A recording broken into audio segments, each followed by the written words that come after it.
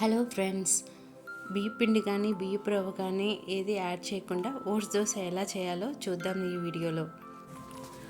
ముందుగా దానికోసం 2 glasses oats తీసుకున్నాను. అలాగే 1 గ్లాస్ గోధుమ రవ్వ తీసుకున్నాను. 1 గ్లాస్ అటుకులు తీసుకున్నాను. సరిపోయేంత వాటర్ వేసుకొని పక్కన పెట్టుకోవాలి.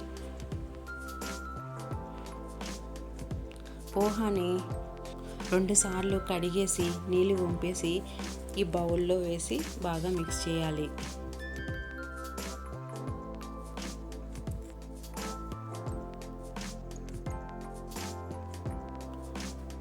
మిక్స్ చేసి పక్కన పెట్టేసేయాలి.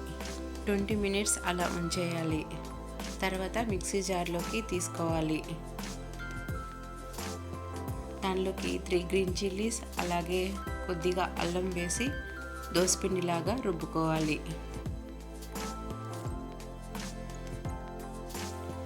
తగినంత వాటర్ కూడా యాడ్ చేసుకోవచ్చు.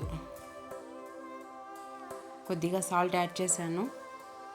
క్యారెట్ తురుము, అలాగే సన్నగా తరిగిన ఆనియన్స్,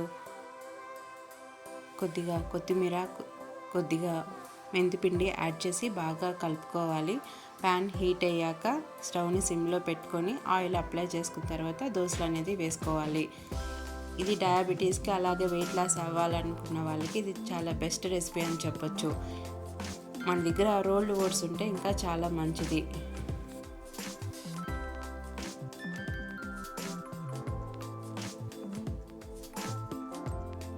స్టవ్ అనేది అడ్జస్ట్మెంట్ చేసుకుంటూ కాల్చుకోవాలి.